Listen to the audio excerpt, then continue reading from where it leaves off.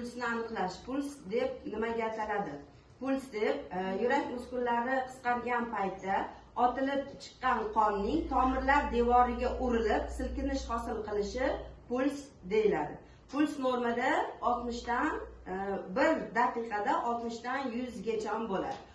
O'rtacha 70-80 marta uradi. 60 dan past bo'lsa bradikardiya, 100 dan yuqori bo'lsa taxikardiya hisoblanadi. Pulsni tananing qaysi qismlarida o'lchanadi? Chakka qismida, chakka arteriyada, uyqu arteriyasida, bo'yin sohasida, bilak arteriyasida, yelka arteriyasida va oyoqda o'lchanadi. Bize eng ko'p o'lchaydigan soha bu bilak arteriyasi hisoblanadi.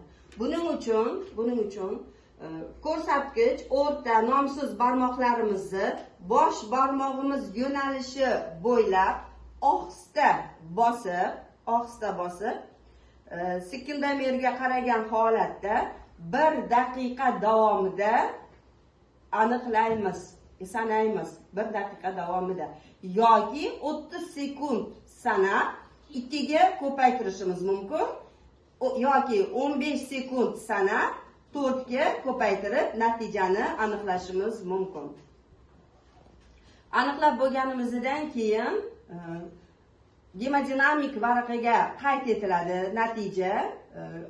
Qo'llarimizni nima qilamiz? Yuqumsizlantiramiz.